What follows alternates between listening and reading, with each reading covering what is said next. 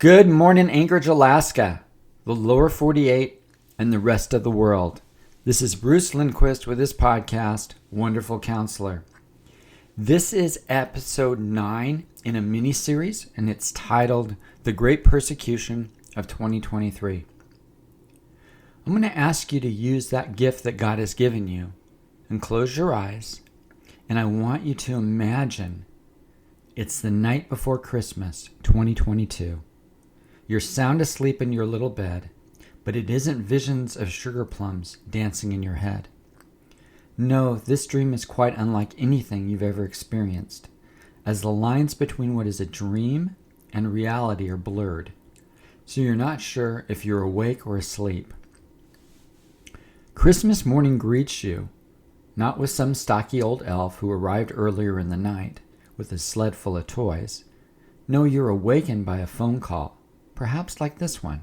Lance Stills, as well as every news anchor around the world and their staff, received calls from the head of their networks.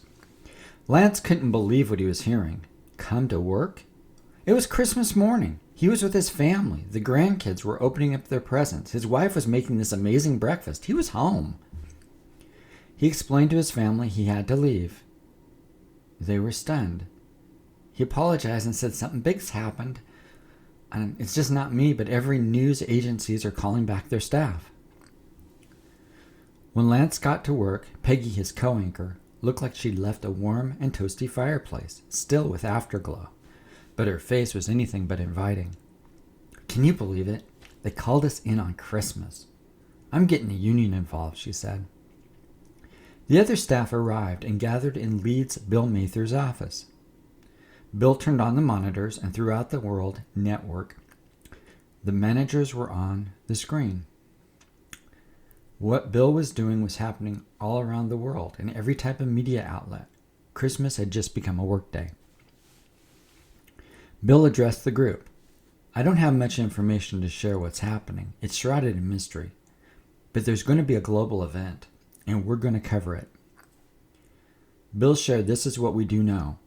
5:45 East Coast time tonight, each major leader of their country will speak to their respective nations. And at 6 p.m., whatever this is, it'll start. You mean the President of the United States is going to introduce the event? Asked Lance. Yes, said Bill. Wait, said Piggy. Every world leader? That hasn't ever happened before in the history of communication. You mean the usual countries, said Lance. No, said Bill. Even North Korea, China, and Russia. Just pick a country. They'll all be there. You can't get neighbors nowadays to agree on anything. And all the world leaders? This is unprecedented, said Peggy. Bill shared, shelf all your Christmas stories. This is going to be the only story today. What do we tell the people? Peggy asked. Prepare them. This will be the most watched event that has ever happened, said Bill. Peggy laughed. People are celebrating Christmas. How will we get them to watch? Bill shared guardedly. They'll watch. When all the monitors were off and the rest of the staff had left, Lance came back and knocked on Bill's door. Okay, Bill, we've known each other since the 50s. What's going on? Shut the door. You want a drink? Asked Bill.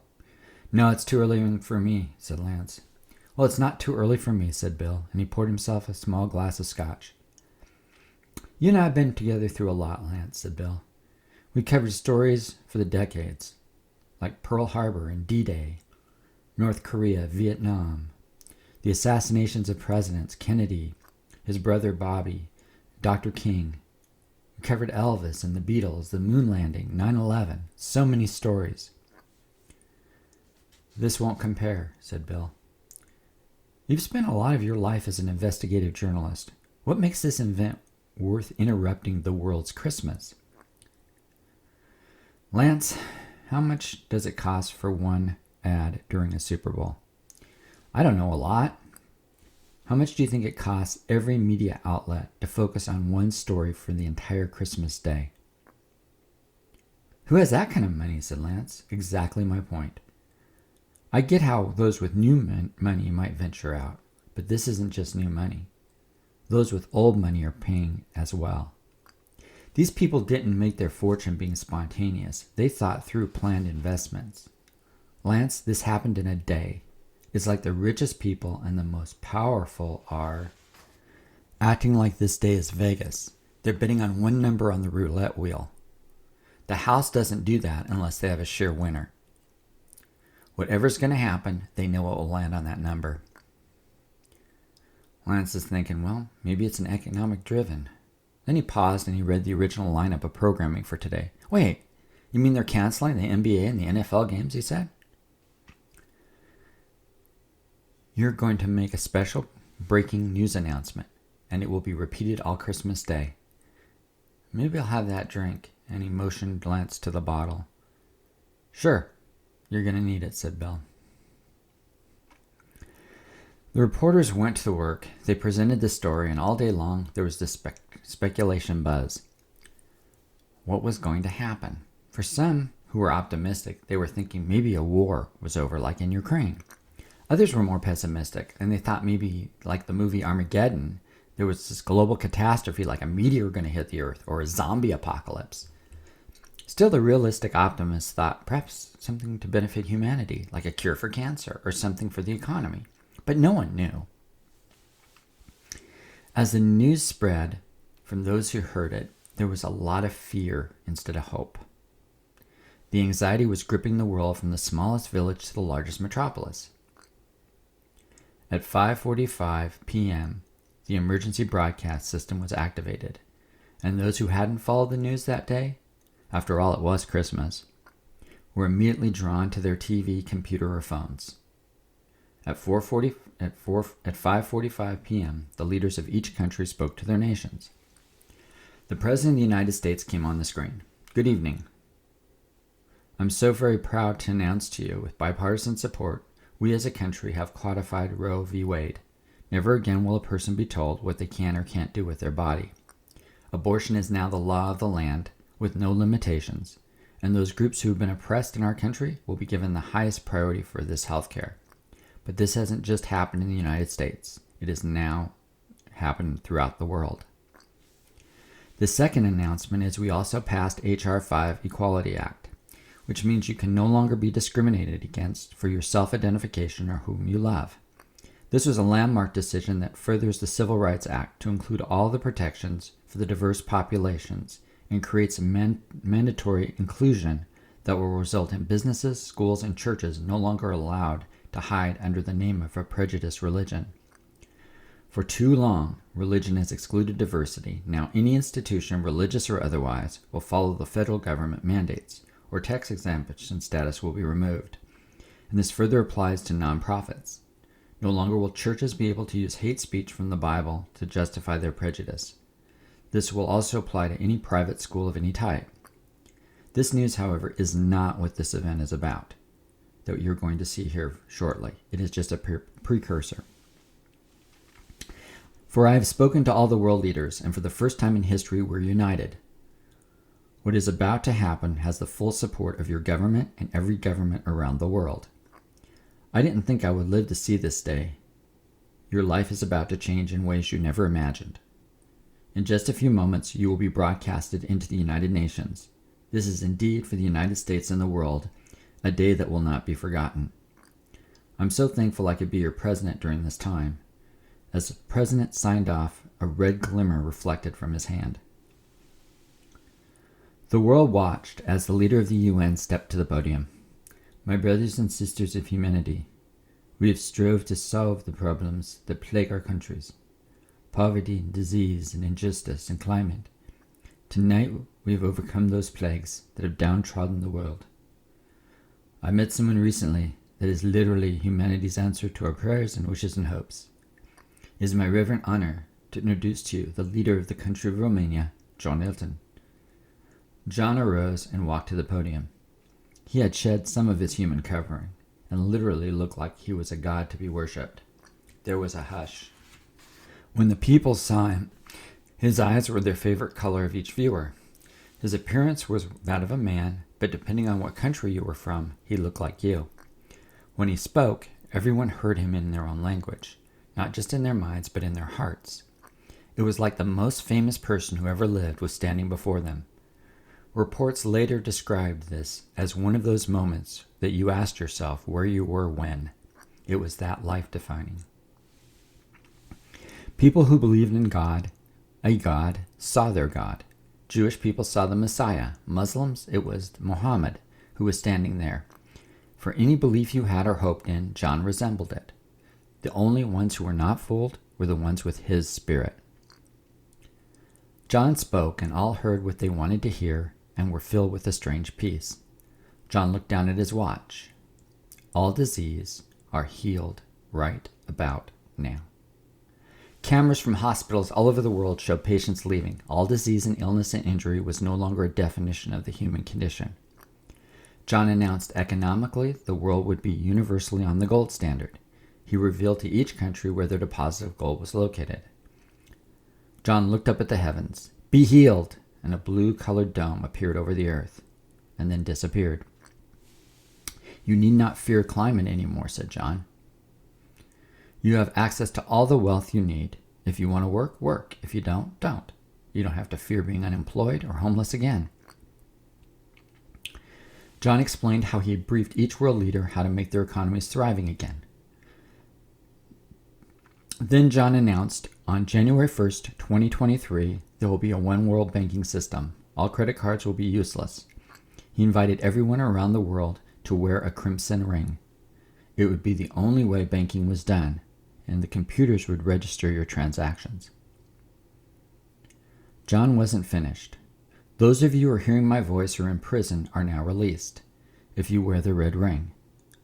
John looked at his watch. And now there will be no more crime, no more wars, and the lion and the lamb will lay down together. In Chicago, the gang fighting just stopped. You are all safe. I have destroyed evil from humanity, said John. It is now time. His words were interrupted by the sound of a gunshot. A man standing behind John, much like John Wilkes Booth to President Lincoln, the bullet hit John in the back of the head and he collapsed to the floor. John stayed down a little while as he waited for the doctor to pronounce him dead, and then a little while longer, just for effect, and stood up with a mortal wound on his head. And then he said, I have even overcome death, and the people all over the world declared him as God. Religious leaders worshipped him, and he then announced a worldwide church where all would be welcomed. The man who shot John was killed by the crowd, who were in grief over their beloved leader's supposed death. The man was wearing a cross and had a Bible. John shared, for those who refuse the ring are traitors to this world, and many of them will be carrying Bibles. If you find anyone who refuses to wear the ring, they must be brought into stations where they will be provided another opportunity. You will know right away if you're around them, because you will feel your peace leaving. I will also reward you with whatever your heart desires. Those who do not wear the ring will not be able to purchase anything. This is the only thing I ask for you in my overseeing reign of your world. All these leaders will remain in place, and you will have your freedom, and all these gifts I've given you.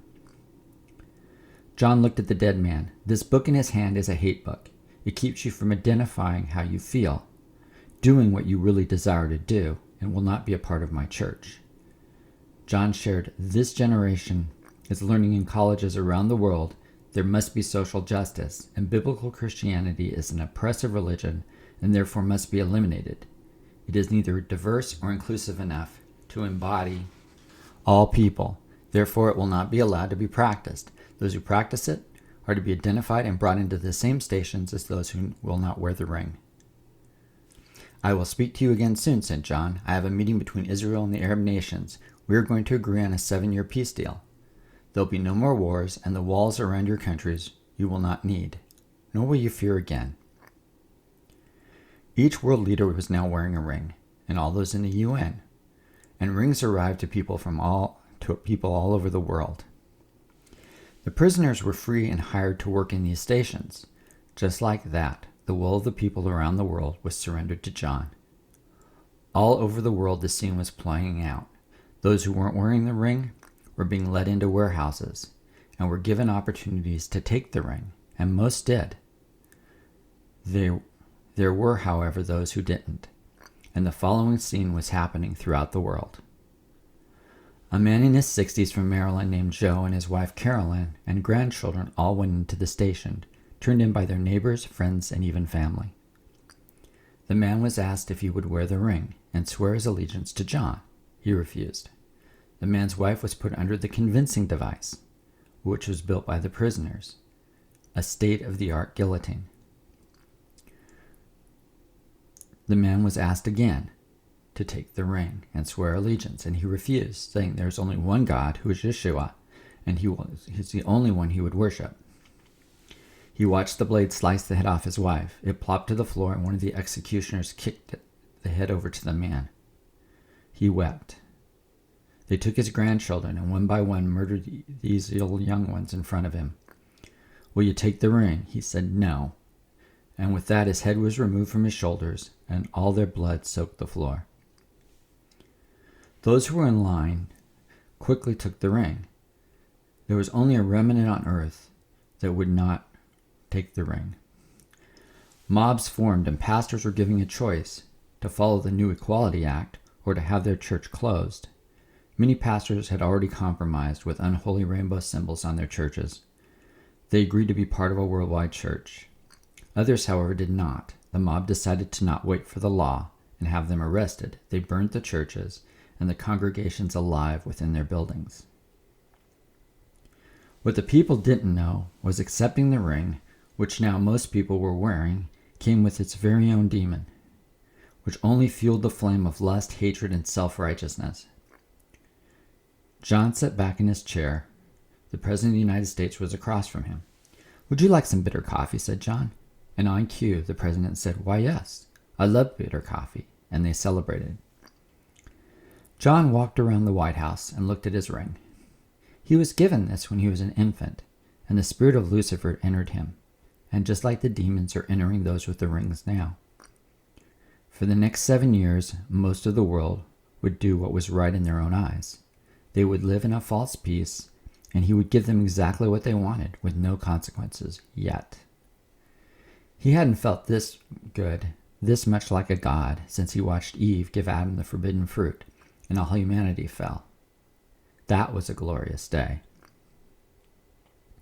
Dr. Lynn and Meg had walked from daylight to the shadows breaking just before nightfall as they entered the entrance to the Underground Railroad.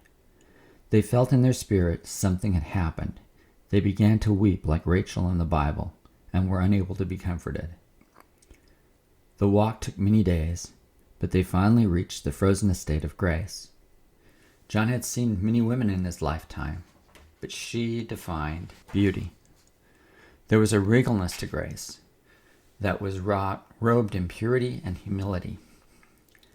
Dr. Lynn felt a need to drop his head, not like Grace was a god, but more in respect for a queen. He was in the presence of royalty. Grace acknowledged his respectful stance and naturally transitioned to warm welcoming, and Dr. Lynn felt a strange warmth inside him, just by the slight touch of her hand on his shoulder. "Why me?" said Dr. Lynn. Grace said, "You've been chosen. The Lord has seen your heart and all you've done for those who suffer. He doesn't need you, but he chooses to use you for your good and his glory." "What am I to do?" said Dr. Lynn. "In this estate there are thousands of women who have been sexually abused, and even though their sins were as red as scarlet and Jesus made them whiter than snow by his cleansing blood and filled them with his Holy Spirit, they're still afraid to leave the sanctuary.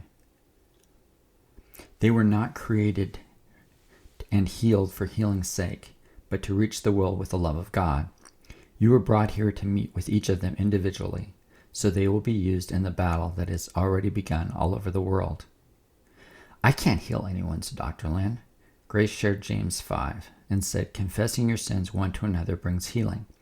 They need to share their story, all of it. And once they do, and bring it before the Lord, their trauma will leave their hearts, minds, and bodies, and they will be, as Joshua said, courageous, and will not fear them. Dr. Lynn looked at Grace. She pointed to an ice wall, and Dr. Lynn saw the horrors all over the world that were being done to Christ followers. Dr. Lynn responded, "They are safe here. Even if I could do what you're asking me to do, or what God asked me to do, it's a death sentence for them." "Not all of them," said Grace. "The Underground Railroad must be used now for the remnant of believers that will survive until it's time."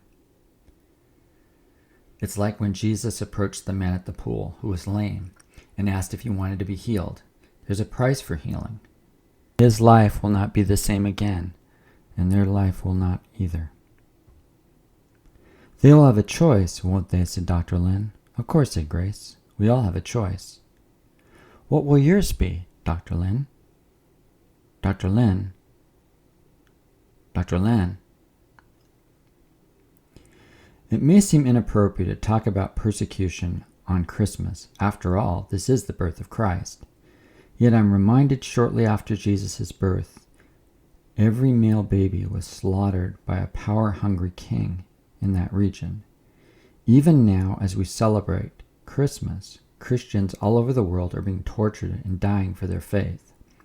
The bowl of the blood of martyrs is being filled up exponentially.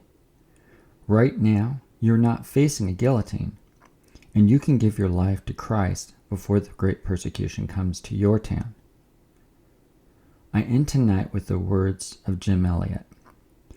"He is no fool who gives what he cannot keep to gain what he cannot lose." What will you decide? After all, this is your choice. Join me in episode 10 for the next podcast titled The Great Escape. Merry Christmas.